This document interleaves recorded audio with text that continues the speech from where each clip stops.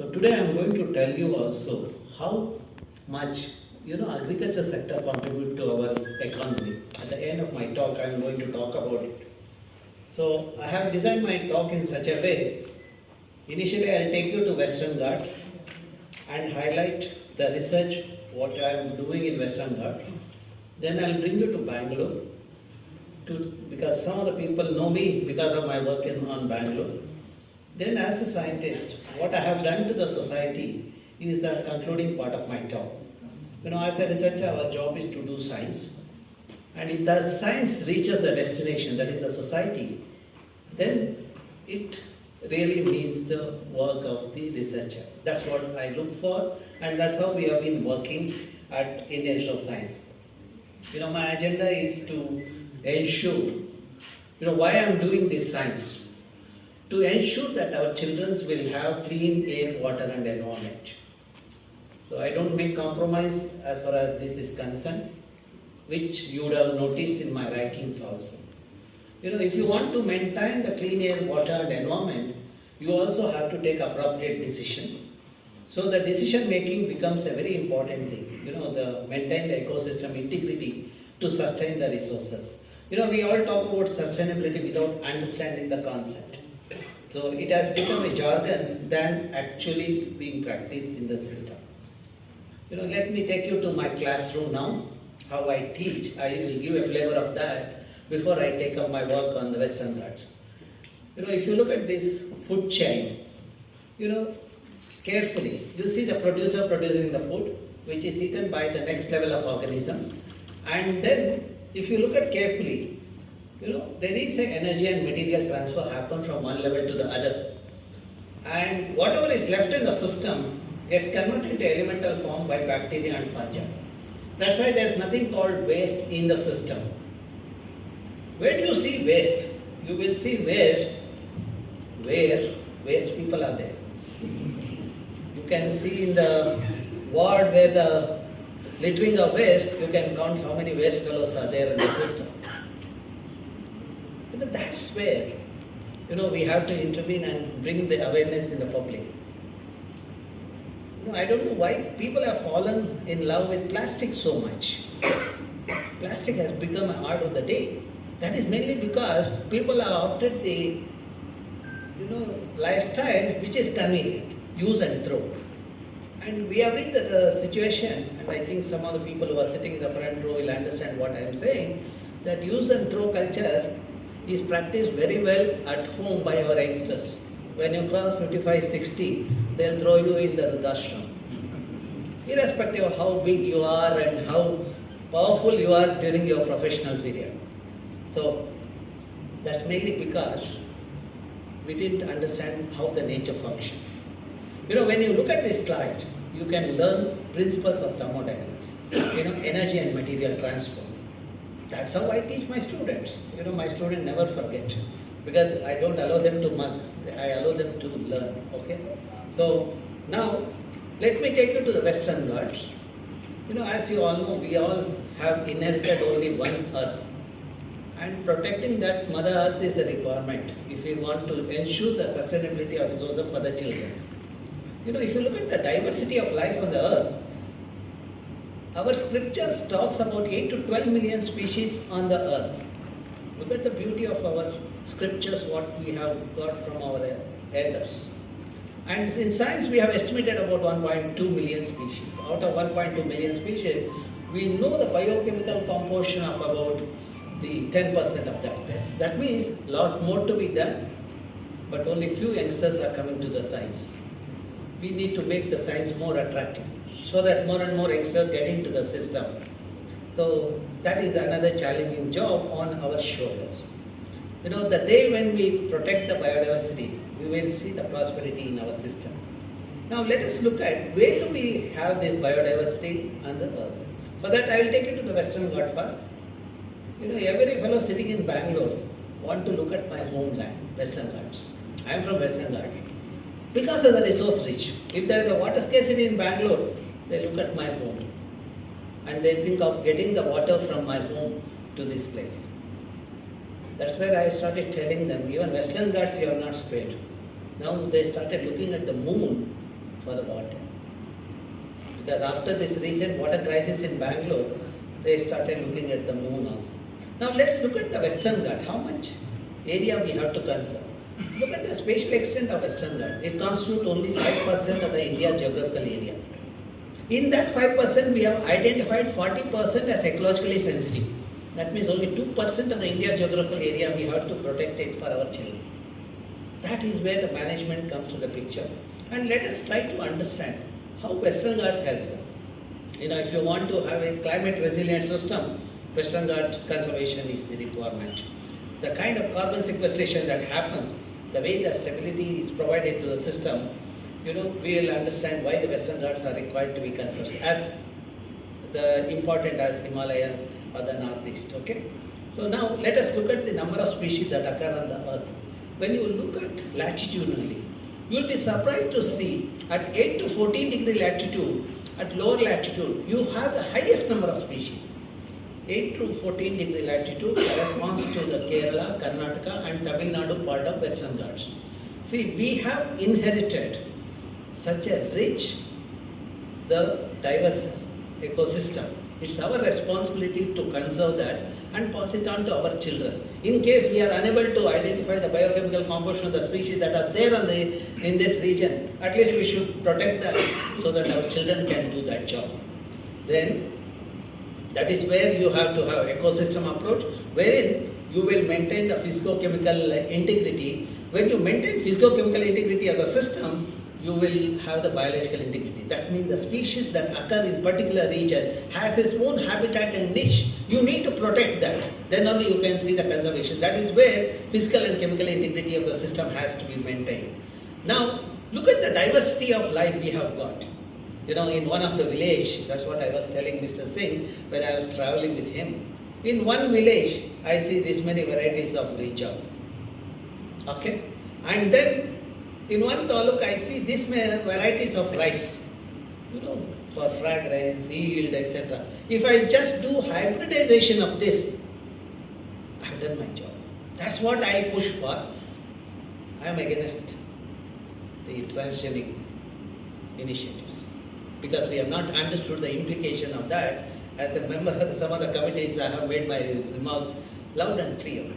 Unless we do the field trial and understand the implications of that, we should not venture into that. So that's where now you see that some of the plant, what I get in Western Ghats, has a medicinal property. Just when I came in the morning, I had coconut rich in the vitamins, etc. So that is refreshing. That's what each of these, Rampatre, Jakai and all those things, we get in Western Ghats.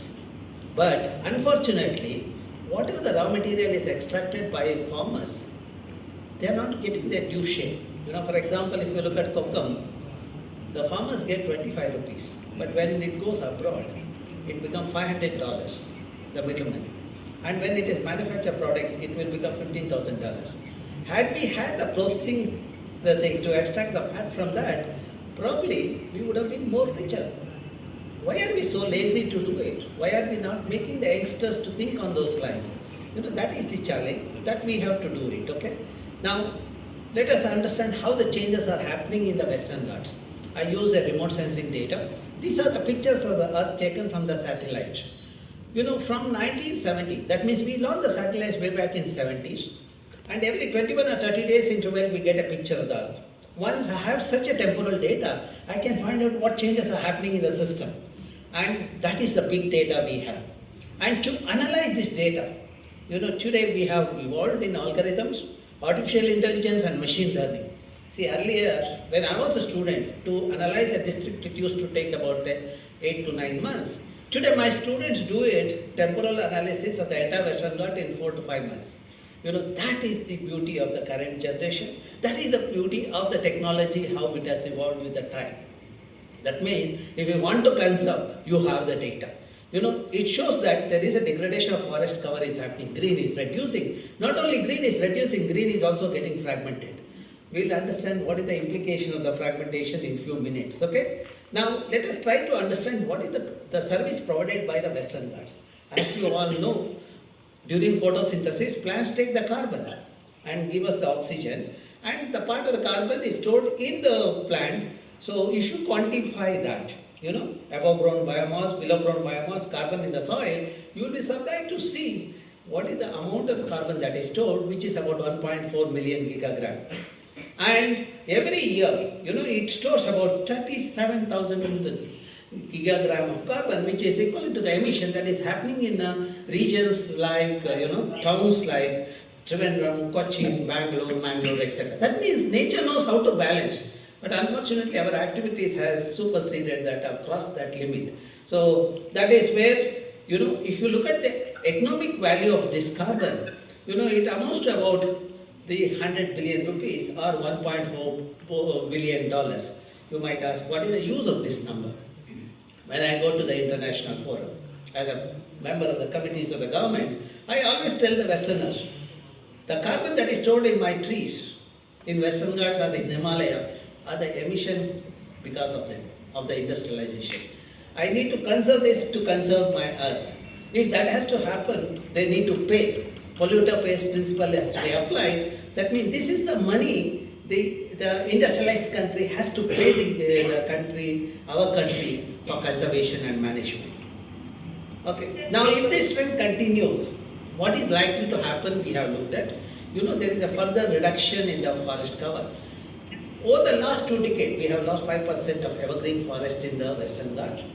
And our prediction shows we have only 10% of the forest and the evergreen in the Western Ghats. And the implication of losing this forest cover is the changes in climate. Our prediction shows there will be change in temperature. The Kerala will become more and more warmer. Then you will not have the commercial crop or the wet crops. And the other thing is the spatial pattern of rainfall will change. The duration of rainfall, Kerala gets about 6 to 8 months of rainfall. Because of that, they can have a good horticulture crop, etc. Now, with this pattern changing, they have to abandon their horticulture cultivation. And other worrying thing is the changes in the rainy days. Rain is spread 4 to 6 months, 4 months in Karnataka, 6 to 8 months in Kerala. Instead of that spread across that many days, you will get rain in a shorter duration, large quantum of water in a shorter duration, which we call it as a high intensity rainfall. With high intensity rainfall, you will have the flooding. With the flooding, you will have landslides and mudslides. This article I published in 2018. As the writer, I had put at the end that if this continues, some of the vulnerable districts in Karnataka and Kerala are going to pay the heavy price. I said Kodagu is going to do that, and also Wayanad in Kerala. And 2019, the flooding happened in this region. When I published, many people didn't look at my article. But when the flooding happened, because of the Google search, they found this article. Then you can imagine how people become very interested in Western Ghats research for a week time. And after that again they got back to the same situation as the typical Indians in our country. Okay. So now let us try to understand the linkages between the forest or the vegetation and the water. This gives the photograph when I was a student. When I was doing the field work, I used to get a lot of water and cool environment because of the vegetation. Today when I go there, I don't have the water on the same month, same day. So maybe because I don't have vegetation cover, which means the way the land is covered, the ecosystem functions also changes. Ecosystem functions include the hydrological cycle or the water cycle, nutrient cycle, biogeochemical cycling, etc. Now let us try to understand what changes have happened in the Western Ghats and why it has happened and what is the implication of that. Let me take you to one river basin, Sharavati River Basin. We constructed a dam in 1965. Because of the construction of the dam, there are changes in the landscape. Land use changes happened in the region. Now, if you look at on one portion, you see the green, other portion yellow. Yellow is the barren area, the agricultural lands are there, the unproductive land like this. Now, if you look at whether it has changed the rainfall pattern, just download the rainfall data of 120 years. You divide this into 1901 to 1964, 1965 to today, you will be surprised to see 1901 to 1964, this entire region was receiving the rainfall of 3,000 to 4,500. But today, 1965 to today, when you look at, this portion continues to get 3,000 to 4,500, while this portion started getting 1700 to 1900 millimeter. And why it started losing the rainfall? Despite it get the orographic precipitation and it's the entire region is rain catching, is mainly because people, after the construction of the dam, while constructing a dam, there were 179 villages in this region where the reservoir has come. The villagers were forcefully evicted and they were put in a drier bed.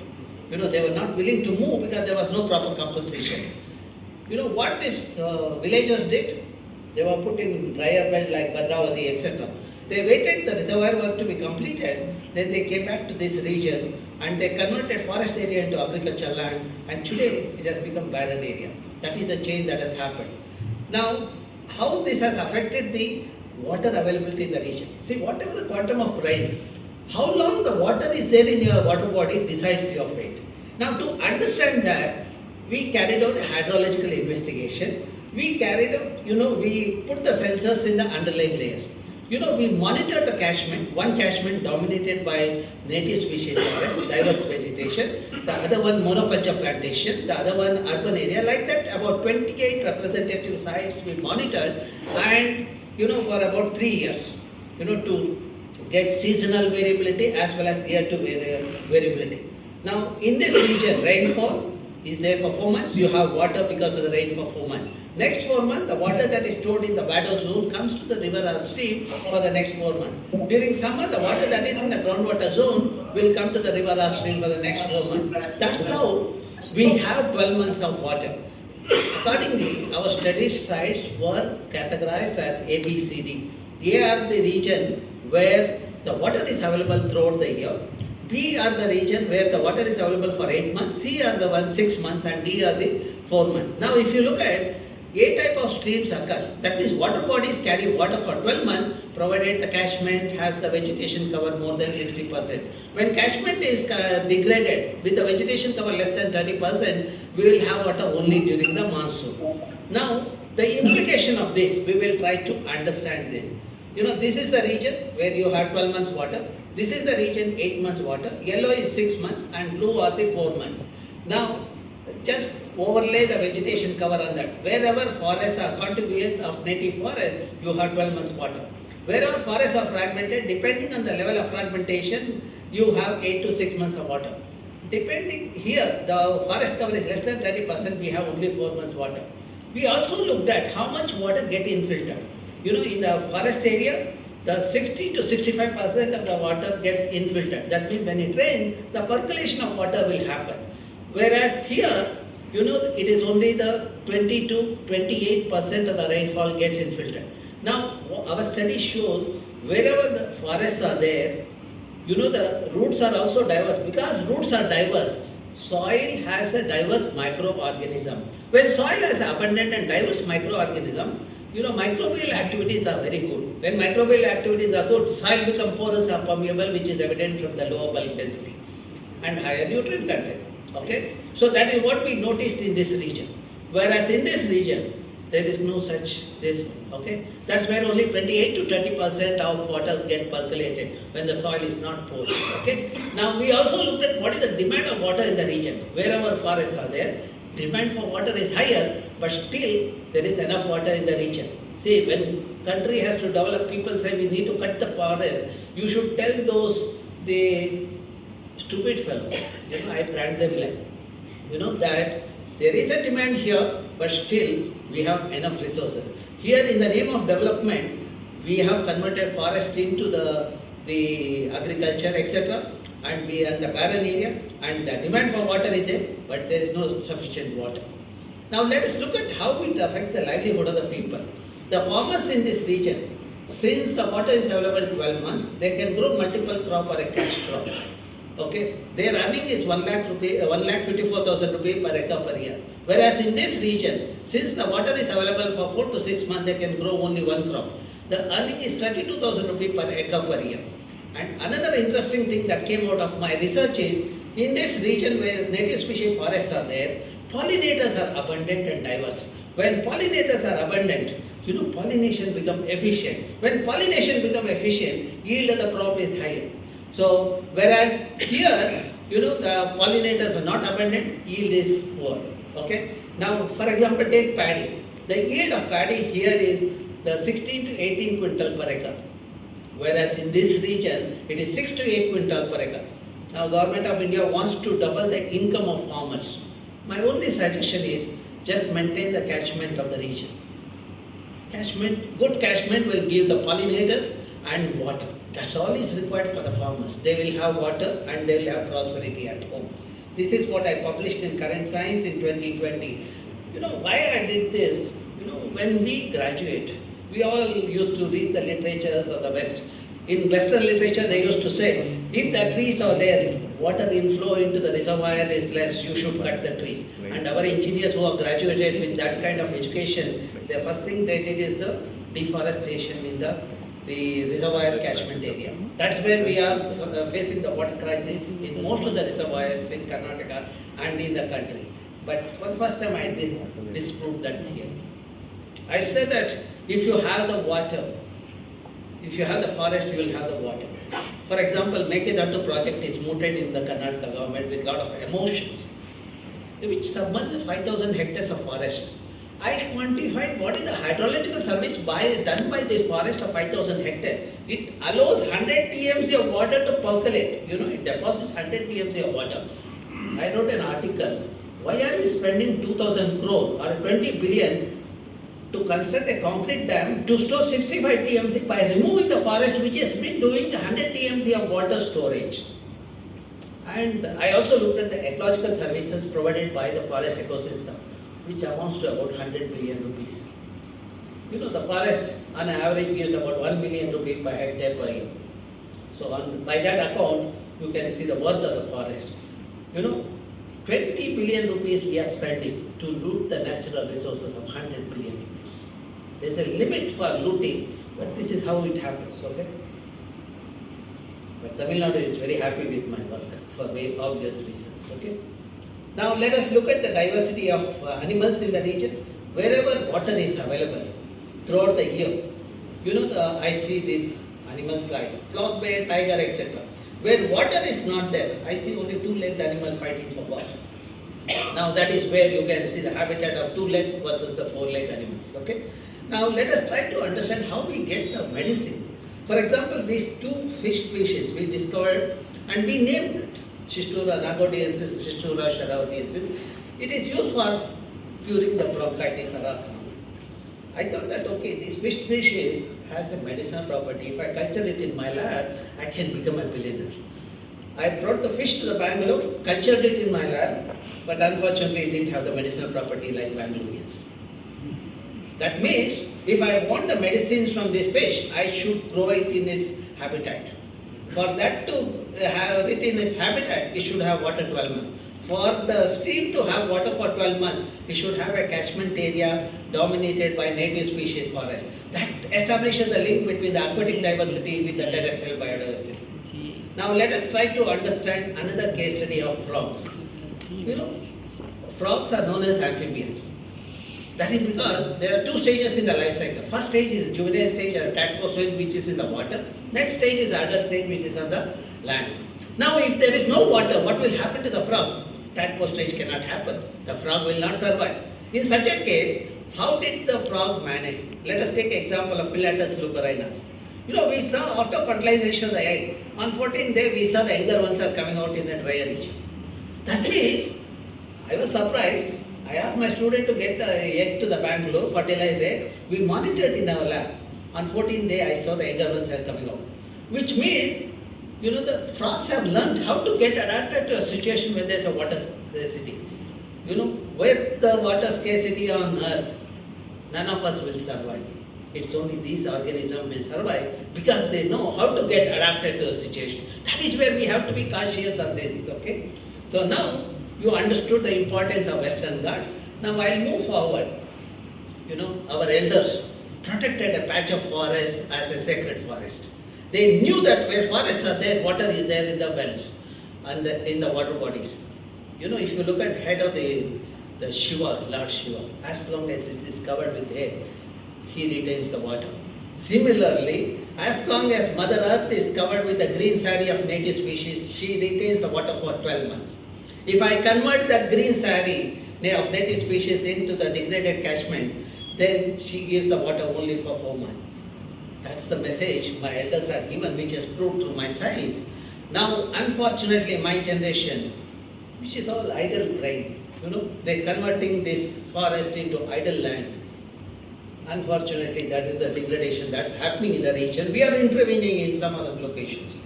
If you go to South Canada, after Kantara movie, people know the famous, that divine power.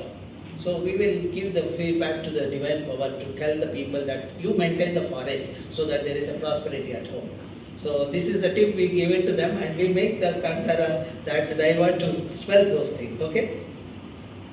Let us try to understand sustainability principle. I learned sustainability through this lady. Who is about mid-60s. She goes under the water for a few minutes. She stays in the water, collects a bucket full of bivalves. When she collects bucket full of bivalve, which she sells in the market, bivalves is a marine organism which has a shell, and that meat value also is there. When she sells in the market, she earns about 350 rupees, which is sufficient for her to run the family. She doesn't go back to collect the second bucket, unlike Bangaloreans. When people go to the marriage hall, they not only eat, they will also pack. So, their children, grandchildren kind of thing. What she told me is that, see, I have kept the resources for tomorrow so that I can extract for my children. That is the sustainability. What you practice today will decide the fate of the resources for tomorrow. That's how we should think of the development. See, if you take up the developmental project, as long as it doesn't affect the livelihood of the farmers and fishermen, I would say that is the development our country should adopt. For example, rail connectivity between Kerala and Mumbai didn't deprive the local people their right for fishing and agriculture. That is what should be done. That is possible through science. We can give the ideas to the government to that, okay? But our ideas will not give money to the decision makers. Okay? Now let us learn from the history book. If you don't listen to me, what will happen? Is the water crisis. Easter Island was expanded. People thought that land is available, they can expand. But one day island people have to vacate because there was no water. Okay? If you look at the history book on India, last leg of Vijayanagara kingdom failed because of the water crisis. If the same thing continues in Bangalore, then it's not far off, we have to leave the Bangalore. And it is happening already, some of the ITs have left the Bangalore. Whenever people come and ask me about the setting up an industry, I will tell them, please don't come to the Bangalore, you won't get the water. Okay? Now, if we can practice the healthy diet, we also have the water conservation. Pulses require a less amount of water to grow. If you eat pulse, it helps in weight management, you will not be obese. It helps in brain functioning, sources of vitamin, and it also controls blood pressure and sugar. Okay, reduce the risk of cancer. You might ask, what is the proof? One of my colleagues, after retirement, if you look at his food plate, 5 varieties of vegetable, 5 varieties of fruit, and a bowl of pulses.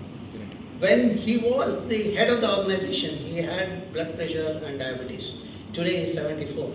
He doesn't have blood pressure or sugar or the diabetes. So that means this model works. But when people start practicing this, I need to grow more pulses. Let us see how much water is required. To grow a kg of pulse, I need 200 liters of water. To grow a kg of millet, which is a climate resilient crop, I need about 150 liters of water. To grow rice or wheat, I need 3,000 to 5,000 liters of water. To grow the sugar, I need 12 to 15,000 liters of water. And more importantly, it reduces human-animal conflict. In a villages where wild animal conflicts are there, if I grow pulses or millet, you will not have the wild animal problem because they don't like these plants. They don't come there. But unfortunately, farmers grow paddy, sugarcane to invite the wild animal so that they can seek for the compensation. Okay? So that means if we can practice through our food plate, we will have healthy planet, which is nothing but the harmonious state of mind and body and spirit. That is the holistic health we practice. See, when we travel in this kind of environment, naturally you will be very healthy. Okay? Now, this is a resource has to be conserved. Then I thought that we need to have the decision support system so that, the decision making become effective. we came up with a spatial decision support system. We integrated all the data what I have compiled during the last 2.5 decades related to bio, geo, climatic, social, environmental and ecological variables, all those variables. And based on that, I assigned the weight based on the occurrence of that. How did I do that? For example, if you look at entire study area was divided into 5 minutes by 5 minutes grid. In each grid, I looked at the forest cover. Higher the forest cover, I have given the higher weight. Lower the forest cover, lower the weight. Okay. Similarly, if you look at the intact forest, we have done. Then the flora in the region and fauna. The varieties of plant, endemic plants and endemic fauna. And based on the threat status, we have given the weight. Then this gives the carbon in the forest, which includes the horticulture, plantations, etc. Now, when you look at this Western Ghats, as you move from Kerala to Gujarat, you see the higher is the tree endemism in Kerala and Karnataka part of Western Ghats. So is the fauna. Animal endemism is also higher in Kerala and Karnataka part of Western Ghats. That is where we need to protect this part of Western Ghats on highest priority. Okay. Then, based on that aggregation, we group the grids into the 4 levels, IISR 1, 2, 3 and 4. Then we also extracted the data for the village level. Now sitting at home, you should be able to visualize the eco-sensitive villages. Now for example, if you can access this, okay, let me see whether it works. It should work because net is working. So now you have the Western Ghats, entire Western Ghats at the, see, whatever the science I have done, I have put it online, available to the entire globe so that people can see that, okay. I have chosen Karnataka, then the core of the Western Ghats, okay, then the Markera Taluk, in that the village, okay. Now suppose if you want a Taluk district level, you can get it. Then after you select the result, if you click on this, you will come to know the details of that village, why it is ecologically sensitive region 1 and what kind of the biogeoclimatic variables are there. Not only that, we also put all the data what we have used, we have made it available to the public. People can visualize what kind of forest cover is there and all those things they can do. See, all those layers we have put it. Probably in the entire country, my group is the first one to come up with this tool. Okay, so it's the case of, we developed the Bangalore Urban Information System and Bangalore Lake Information System. See, when you visualize Bangalore Urban Information System, this is one of the famous images you would have seen in most of the national dailies. How Bangalore is becoming from green to the red, okay? That is going to be the next part of my presentation, okay? Then also I have put all the lakes, my students have monitored 193 lakes in Bangalore. Each lake, water quality, the microalgae, the zooplankton and the fish. Suppose if you choose a particular lake, you can choose the lake based on the valley, where the name of the lake, you can find out what kind of species of the algae is there, zooplankton is there, fish is there, kind of thing. Okay. Now I'll get back to the other presentation. Okay. Now you can see how the science can help in the policy making and advocacy also. When I launched this on 14th July at Shumunga, in a remote village I did it. Within a week, the Ministry of Environment and Forest sends a team to my lab asking for the details. That means somehow that it's reached the destination. Not only that, there was a question in the Parliament about the Western Ghats Spatial Decision Support System. If you do the Google search, you will see the press communication to that effect also. So that is how the thing, and look at in 4 or 5 months how many people have viewed it. And the same thing in the mobile version also. And we have put all the details about this tool in the vernacular languages. Whatever the languages spoken in Western Ghats, we have developed a one-page write-up and we have put it. And also the video, for Tamil people in Tamil, for Kerala people in Malayalam, like that. Okay. And this is the app which is available in Google Store. Play this one, and this is the QR code. You can have my data in your mobile, which many of you carry. Okay. So now let us look at the worth of the ecosystem. The worth of the ecosystem is calculated based on the services provided by the ecosystem. Broadly, it is categorized as a provisioning services, that is the tangible benefit you get in the form of timber, fuelwood, non-timber forest produce, etc. And then the regulating services like carbon sequestration, etc. Then cultural services, the information, aesthetic value, etc. Aggregation of that is called total ecosystem supply value, which is nothing but a green GDP. You all know the GDP of the country. GDP is the gross domestic product, which the finance minister keeps talking about whenever he or she does the finance bill presentation in parliament. But GDP is an erroneous metric. So I've been insisting the government that we need to have green GDP. That means we need to, when you do the development, we should also account the degradation cost of the ecosystem in that. So that can happen when you do this kind of natural capital accounting and valuation ecosystem services. See, we have done the quantification of the tangible benefit to the district-wise for the Karnataka, and this gives the provisioning, regulating and cultural services, and this gives the total ecosystem supply value. And if you look at the 2005, every year we were getting 2,894 billion rupees. Today, it has come down to 1,835 billion rupees per year. That is because of the degradation of the forest ecosystem in Karnataka. Okay.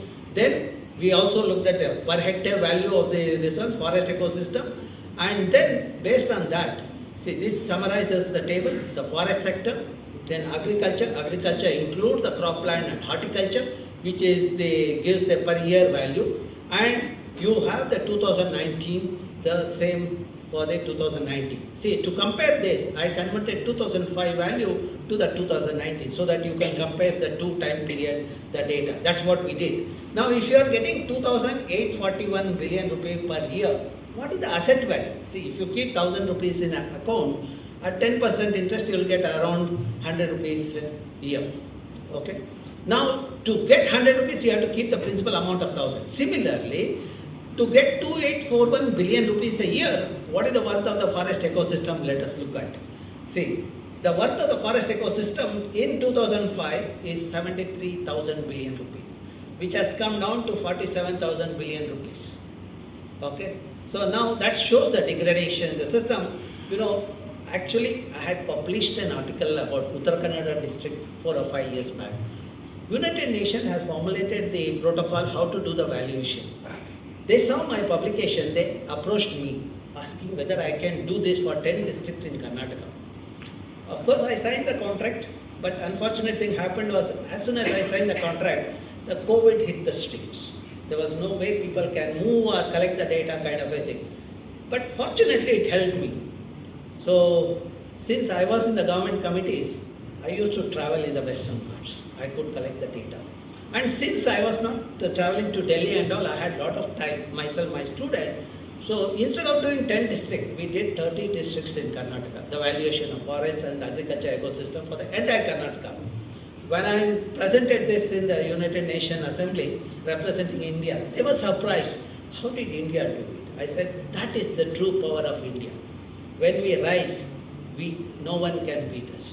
That is the kind of thing, that is in spite of COVID we did. Now that publication is coming out as a book now. In another month's time, the Springer is going to launch it, okay? Now, the last part of my talk, which is about Bangalore, as well as as a scientist, what I have done, okay? So now, let us see this one. One is, I've been telling people, there's nothing called waste in the system. Let us recycle the waste, okay? Then I've been promoting rainwater harvesting and the wastewater treatment, then creating the water bodies in the system and mini forest. All this I have done. So that's where I can talk boldly with the people what will happen if they do it. Okay. Now, other weapon is the environmental education. I have about 45 institutions in Karnataka for the environmental education program. My objective is to sensitize the youth. When youth are sensitized, they become sensible. When they become sensible, they will be responsible. That's what the country is required.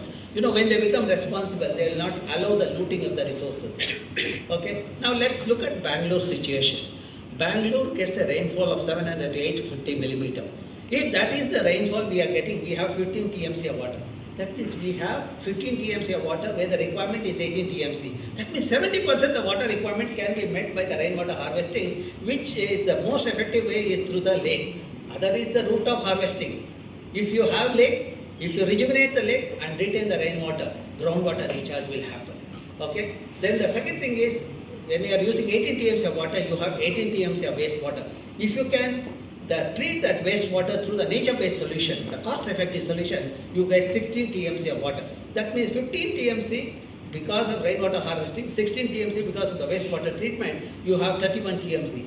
That's what I was talking when there was a crisis, a lot of interviews happened. I had mooted these ideas for that, okay? And for that to happen, I have 5R formula. First R is a responsible citizen. When people are responsible, we can rejuvenate the lake and we can retain the rainwater. And similarly, we can recycle and use that water, okay? Reuse the water, wastewater. So that is what has to be done. You might ask, are you sure when we rejuvenate the lake, we'll get the rain, we'll get the groundwater, the thing? Saraki Lake was rejuvenated. I was in the committee. Within a year of rejuvenation, the groundwater table went up by 320 feet. And after 3 years, when you go to Saraki Lake, there is enough water in the lake as well as the groundwater table is less than 500 feet. And because of the higher water content in that region, the higher moisture content, temperature is at least 2 to 3 degrees lower than the surrounding city temperature. City is railing under the temperature of 37 to 40 degrees, whereas Saraki Lake, you don't see that. And that is what I have been telling the government of Karnataka to replicate that. In all the lakes, we have about 197 lakes in 198 ward. One lake, one ward. So if we can do it, we have done a great job as far as the water requirement of the region. Now let us look at how we have converted Bangalore. 68% green cover in 70s when I was a kid. 90s, industrialization, we lost Pina and Koramangala area, the greenery. Then in 2000, ITBT in the outskirts, we lost the greenery there further. Then intensification happened 2006, 2009. And today, 2023, 86% of the landscape is covered with the concrete building. I see only concrete, without humanity, okay, without water, okay. And if this trend continues, in another 4 or 5 years, 98% would be concretized. There has been a 1078% increase in concrete area. We have lost 88% vegetation cover and 79% of the water body. Because of that, we have oxygen deficiency as well as the water scarcity in the region. Of course, humanity has lost in the Bangalore. So if you are met with an accident, you will understand what I mean by that. Nobody comes to your rescue. Okay? And this is there are instances people using oxygen cylinder in the late evening in the city. In Malaysia or Rajajinagar, I have seen some of my senior colleagues using oxygen cylinder. That shows how the city is degraded. Okay? Now let's look at the trees in Bangalore. This is one of the work for the first time in the country we did to find out how many trees are there in Bangalore. This is actually myself and Vamanacharya, who was the chairman of the Karnataka State Pollution Control Board. We were traveling in the road. As usual, he asked me a question, how many trees per person is there in Bangalore? I told him, I don't know, because I have not done the accounting. So counting of the trees and the person. If you give the project, I will do it. He said, okay, I'll give a small money of that, can you do it? Within 4 months we did, taking advantage of remote sensing and ground data, we could quantify how many trees are there in Bangalore. See, this is my campus of 400 acres. I have 22,000 trees, which are mapped using GPS, which are linked with the remote sensing data. Similar thing we did in couple of wards. Then using this training data, using remote sensing data for the entire Bangalore, we quantified how many trees are there in Bangalore. We have 1.5 million trees in Bangalore. That is 14,78,000 trees for a population of 95 lakh. That means for every 7 person, 1 tree is there. Okay? You might ask, how many trees we require? A lot of people don't think they require tree. Sometimes I have to ask, do you breathe? In some forum I have asked also. When people say trees are not required, buildings are more important, I ask them whether they require tree. They say, no, we don't require tree. Then I ask them, do you breathe? And they do not even know that they are breathing and they require oxygen also. That is the level of knowledge in some of the individuals in the higher offices in Bangalore. Okay? Now, you might ask, you have done something, son, how many trees required per person? We all breathe, we give out carbon dioxide to an extent of 540 to 980 gram per person per day. And 1 hectare of trees takes away the carbon to an extent of 6 to 8 tons per year. So by that ratio, for every person, there should have been 7 trees or 8 trees. But what we have is 7%, 1 tree. This is nothing new. Look at our scriptures. It talks about the importance of conservation and nature. Bible, I read Bible, 320 times mentions about nature conservation. And if you look at Quran warns us of imminent war if we pollute the water body. That's why when you visit Dargah, there are wells in good Dargah. You have to wash your feet and finger with a clean water, then only you can enter the Dargah. They thought that when you practice that in Dargah, you will practice at home and in community also. Similarly, in our literature, Matsya Purana talks about the linkage between the water, children and trees. If you have well at home, you are wealthy. 10 wells are equal to 1 lake, 10 lakes are equal to 1 reservoir, 10 reservoir is equal to 1 child, and 10 children are equal to 1 tree. I'll put it other way. People who cut a tree, they are murdering their own 10 children. See how effective it is. Similarly, people who swallow the lake, they are murdering their own 1,000 children. That's how I write. And that's how people also try to understand the implications of that. When it hurts them, they become sensible. You might ask whether I have reached the destination. Once one forest officer came to my office. When people come to my office, I never talk to them first few minutes. I know that they are agitated because of various reasons of my decision, etc. I saw the tears in his eyes. I asked him, "Why are you crying, sir? What happened to you? Whether my room is so cruel to you?" He said, "No, room is good, but you are." Then I said, "What happened?" He pulled out my article which came in the local media. And he said, "You have written saying that we are murderers." I said, "No, I have not tagged to any individual saying he or she is a murderer."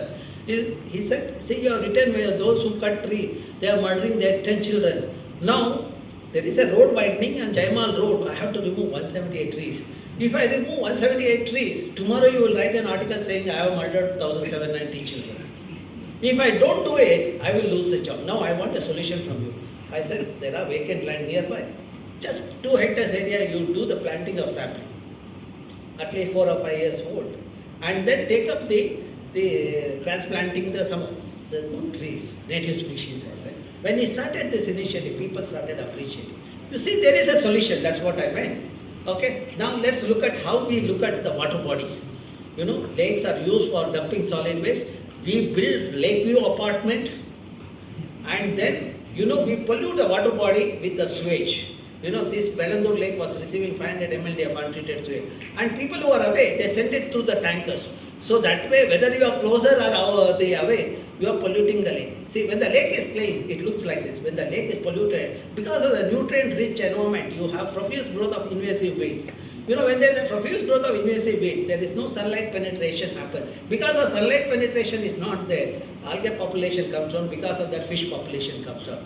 See, if you look at the worth of the lake, when the lake is good, the worth is about 10,500 rupees per day, per hectare, in the form of fish, fodder, etc.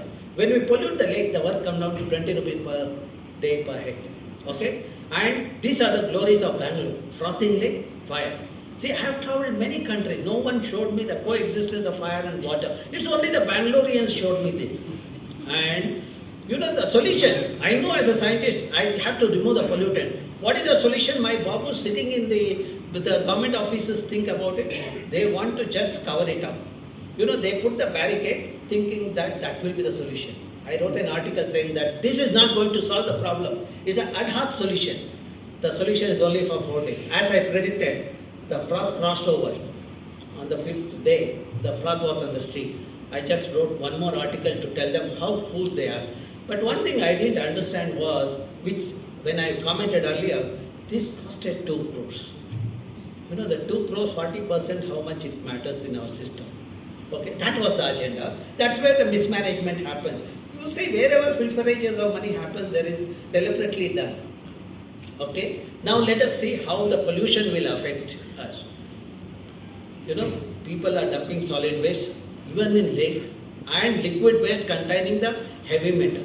Now, if this lake water is used for growing vegetables and fish, what will happen? I try to understand. I took fish sample, and in the downstream of the lake, people use it for growing the vegetables like pudina, spinach, etc., radish, etc.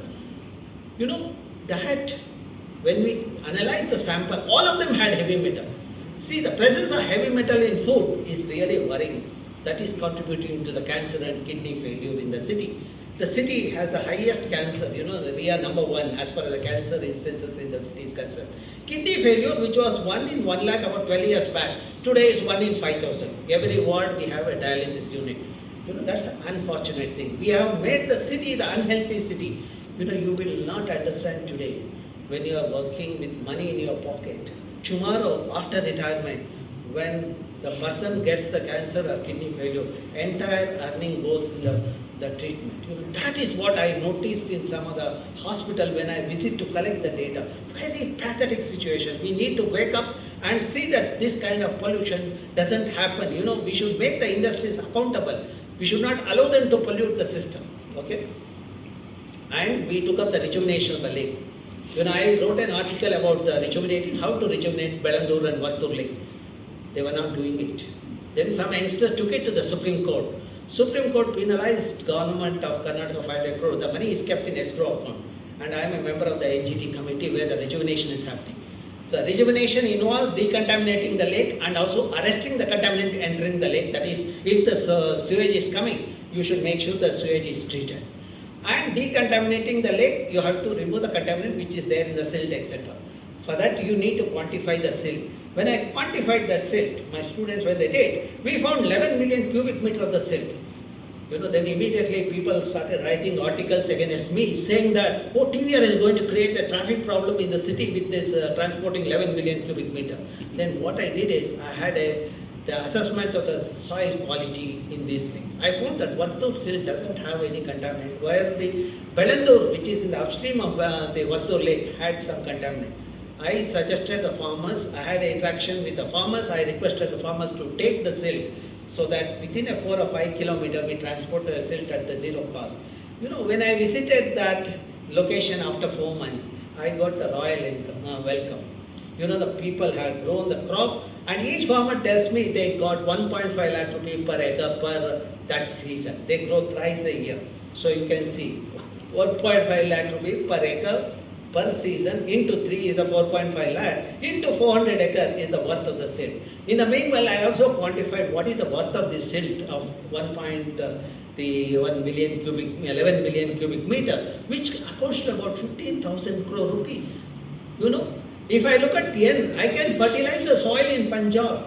If I look at the phosphorus content in this silt, I can fertilize soils in Uttar Pradesh. If I look at the K, I can fertilize the soil in Andhra Pradesh. That is the kind of the thing. See, this can happen, only convincing can happen only with the proper data. That is where the role of scientists and researchers are involved. Now let's understand how we treated the wastewater. This is my nature-based solution. Constructed wetland and algal pond. Jakkur Lake, I studied in 2005. Jakkur Lake and surrounding area, there were 25 wells were there. All of them, all water sample had the nitrate. Nitrate is a carcinogen, which means it introduces cancer. Then I pushed the government to rejuvenate the lake, and government put me in the committee. Yellappa Reddy was the chairman. At the time, the money what they gave was sufficient to have the secondary treatment plant. See, the wastewater treatment has 3 levels: primary, secondary, tertiary treatment. Primary treatment will remove the large particle. Secondary treatment will remove the chemical ion. Tertiary treatment remove the nutrient. Now, the problem of Jakkur Lake is a nitrate, which is a nutrient problem. I have to remove the nutrient in the sewage. So then, but government is not giving the money. Then what I did as a member of the committee is, I just integrated constructed wetland and algal pond.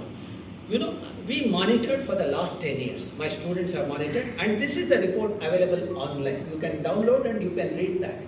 One of the successful things. Now, surrounding Jakkur Lake, there are 300 wells are there. None of the wells have nitrate.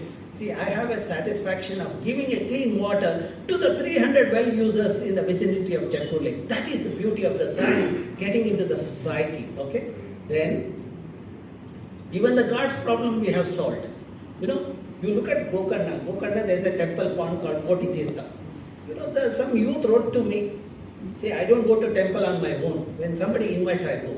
When I went there with my student, we collected a water sample. We found that water sample had organic content, which is because of the rituals. ritual practice, the rice balls and the puja material is dumped in the lake or Visarjana is done. I cannot stop that. What I did is I had a meeting with the priest. I requested the priest, you continue to do it, but only at one location. I said that is Vaikunta. I said we will charge 25 rupees per family. What you have to do is when you are allowing Visarjana of those rice balls, you should chant and collect 25 rupees. In that process, and there's another spot we called it Kailasa, and we said charge is 50 rupees. So see this economic model. In the process, I had 20 to 25,000 rupees a month, which is given to an NGO. They have hired 3 youth. Their job is to do the DVD and they take out the rice balls and give it to cattle in Goshala there. Okay, even Gorakshas are happy. And because of thrice a week, the lake which was like this, today it looks like this. This place is known for Lord Shiva's temple. And Ganesha is standing in front of him. Poor Shiva and his son were taking abhishek of that dirty water. Now after talking to me and my student, they get a abhishek of this clean water. Last 4 years, look at the thing. You must feel that God must be happy with that. Look at my profile last 4 years. The way the things have reached the thing. The kind of recognition and all those things and kind of publication we have done is mainly because of this kind of thing. And whenever someone leaves us, one of my colleagues passed away. On 12th day, what I did is I got the school children to my campus. I just got 500 saplings of the ficus, 5 varieties of ficus and got it planted in the Jubilee Garden. Madam knows, Mrs. Shivkumar Babu is here. She knows about this, okay? So that means when children celebrate birthday, they come and do the watering. I don't even have to spend money on that. And this is in the region where only acacia was there, monoculture plantation was there. I am replacing that with the ficus, which is a keystone species. Okay? So now, what else I have done? Created a water body in the campus. This is a perfect lab for my student to do working on biofuel. Not only students are happy, I also have otter in the at one end I am saying Bangalore is dying, other end I am showing a green future through the otter in my lake in campus. And I don't feed otter, it's a voracious eater of fish. But nature has created that. When we did the biodiversity study, you can see the lakes in various time interval, then algae, zooplankton and fish. There is enough fish in the lake. That's how, when we facilitate, nature knows how to maintain the balance. That's what the otter food requirement is taken care. Okay. When I meet people, I also talk to them. This is in Mudpidre. This saint was worried because 2014 and 15 was a drought year. There was no water in Mudpidre. He knew that, he came to know that I am in St. Aloysius College in Mangalore. He just approached me and he asked me whether I can have a discussion with him. Then I went to his temple in the late evening because I had classes till 7 o'clock at St. Aloysius. Then he listened to my presentation like all of you. Then he told me he has 12 acres of land.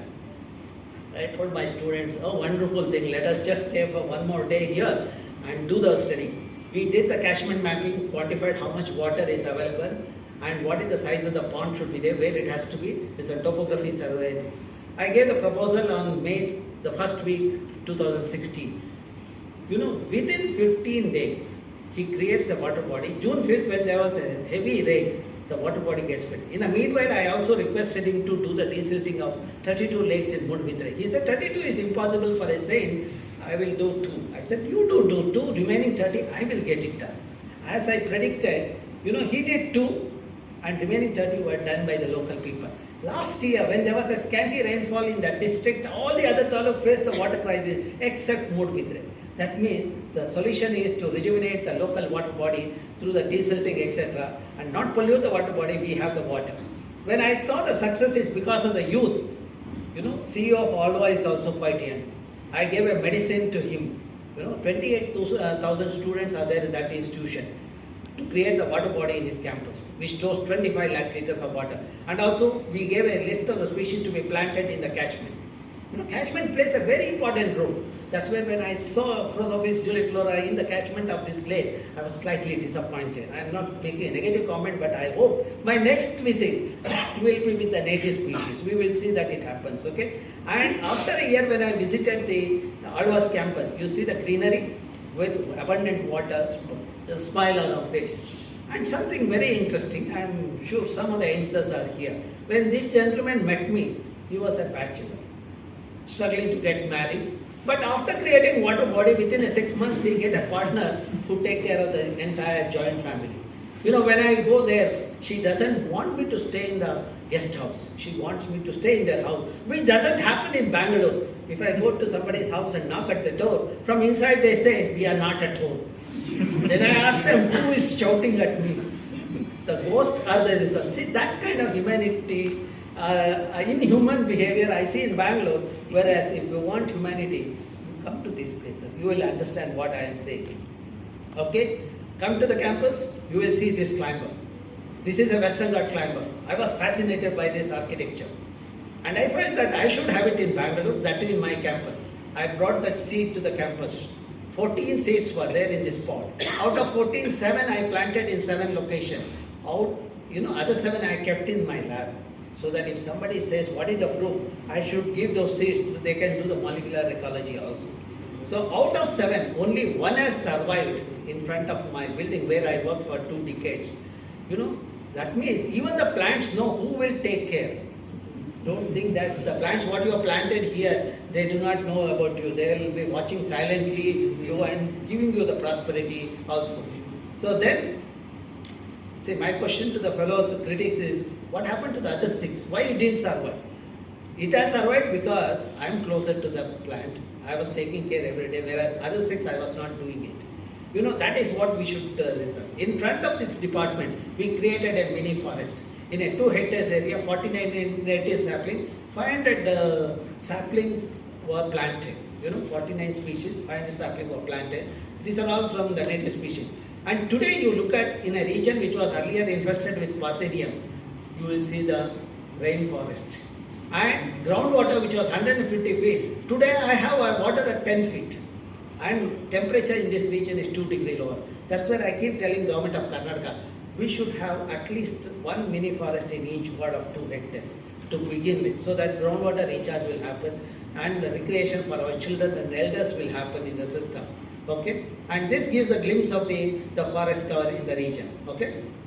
And the last part is how we sensitize the youth. I also offer a course on environmental management. This is in addition to my regular courses through the Center for Continuing Education.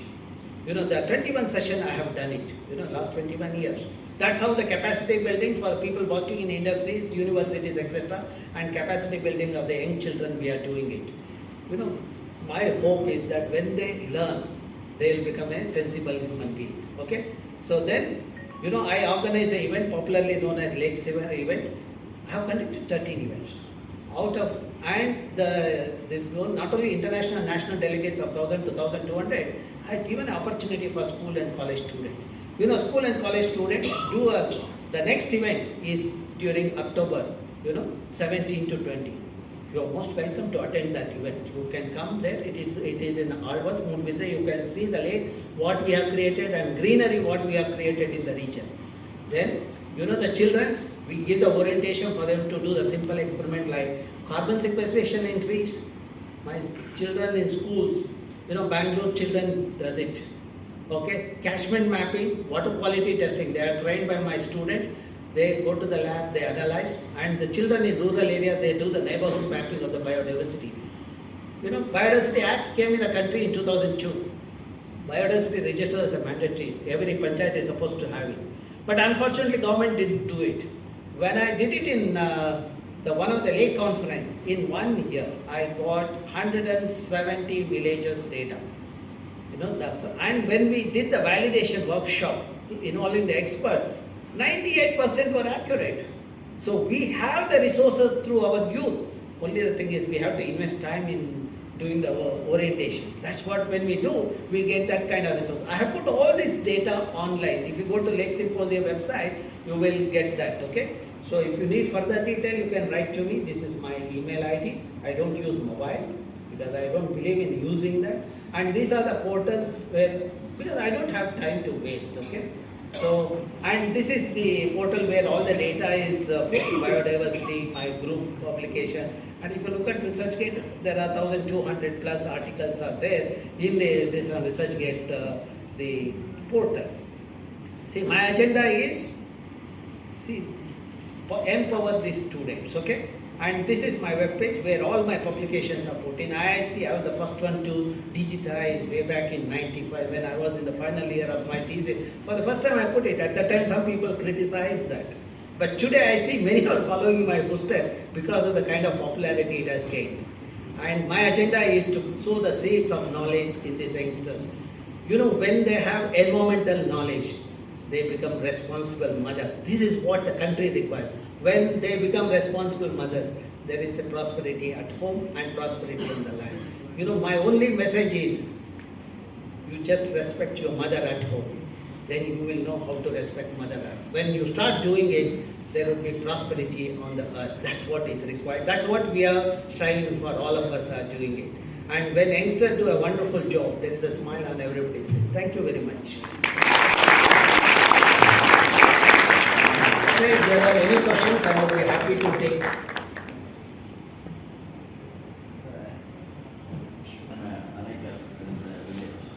also do a lot of rain harvesting. I save around 30 lakh acres in my farm.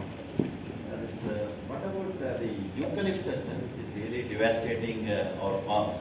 Probably I have seen at least around 7 to 8 minutes my farm, nothing is growing because eucalyptus is there.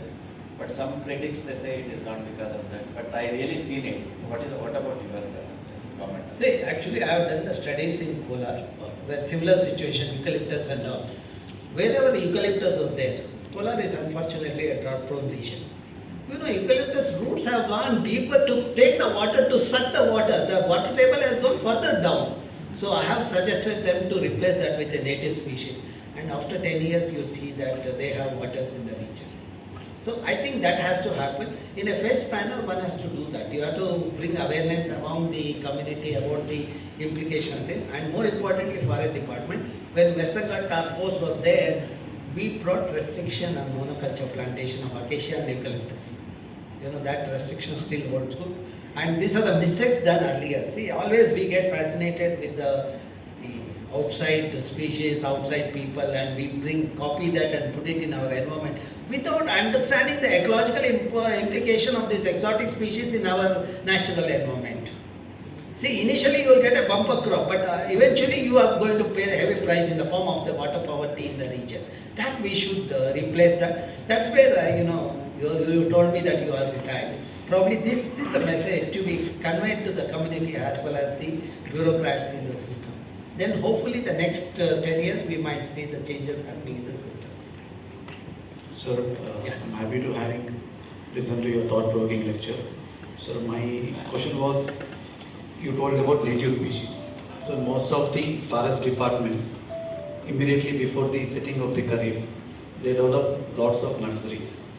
And lots of farmers get it without apt knowledge. Like example, mahogany and silver oak. They are still fast moving. Is it right to continue it, or any time you have given guidelines to government to promote the native species?